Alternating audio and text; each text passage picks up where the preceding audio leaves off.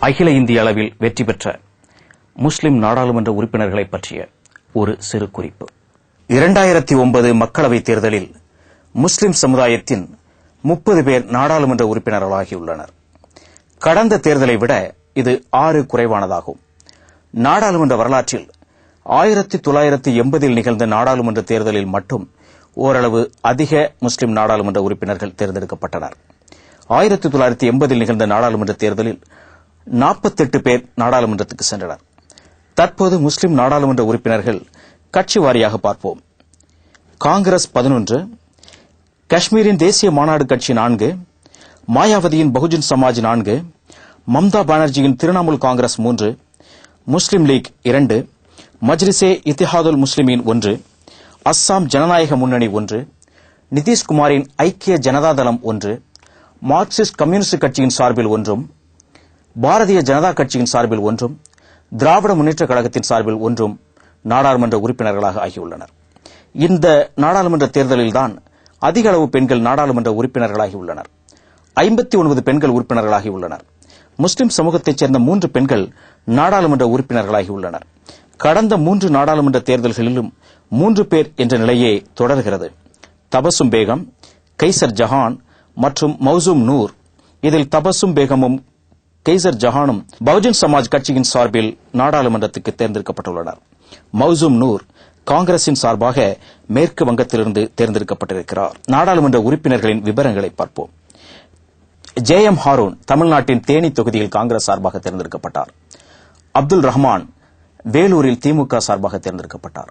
மலப்புரத்திலிருந்து இ. அகமது, பொன்னானியிலிருந்து முகமது பஷீர், வயநாட்டிலிருந்து காங்கிரஸ் சார்பில் ஷானவாஸ், ஹைதராபாத்திலிருந்து முஸ்லிமி மஜ்லிஸே இத்திஹாதுல் கட்சியின் சார்பில் அசதுதீன் ஒவைசி, பகுஜன் சமாஜ் கட்சியின் சார்பில் உத்தரப்பிரதேசத்திலிருந்து தபசும் பேகம், பகுஜன் சமாஜ் கட்சியின் சார்பில் ஹாதிர் ராணா, பகுஜன் சமாஜ் கட்சியின் சார்பில் டாக்டர் ஷஃபீக்குர் ரஹ்மான் ஃபார்க், பகுஜன் சமாஜ் கட்சியின் சார்பில் கைசர் ஜஹான், காங்கிரஸ் சார்பில் ஜாபர் அலி நத்வி கேரி தொகுதியிலும், காங்கிரஸ் சார்பில் அசருதீன் மொராதாபாத்திலும், பாரதிய ஜனதா சார்பில் பாகல்பூரிலிருந்து ஷையத் ஷானவாஸ் ஹுசைனும், காங்கிரசின் சார்பில் பீகாரின் கிசான்கஞ்சிலிருந்து முகமது அஸ்ராருல் ஹக்கும், ஐக்கிய ஜனதாதளம் சார்பில் மொனாசிர் ஹுசைன் பீகாரின் பெகுசாராயிலிருந்தும், காங்கிரசின் சார்பில் மேற்கு வங்கத்திலிருந்து அபு ஹாசிம் கான் சௌத்ரியும், காங்கிரசின் சார்பில் மேற்கு வங்கத்தின் மால்டானாவிலிருந்து மௌசூம் நூரும், கம்யூனிஸ்ட் கட்சியின் சார்பில் மேற்கு வங்கம் பர்துவான் துர்காபூரிலிருந்து ஷேக் ஷைதுல் ஹக்கும், மேற்கு வங்கம் காங்கிரசின் சார்பில் முர்ஷிதாபாத்திலிருந்து அப்துல் மன்னான் ஹுசைனும், மேற்கு வங்கத்தில் திரிணாமுல் காங்கிரசிலிருந்து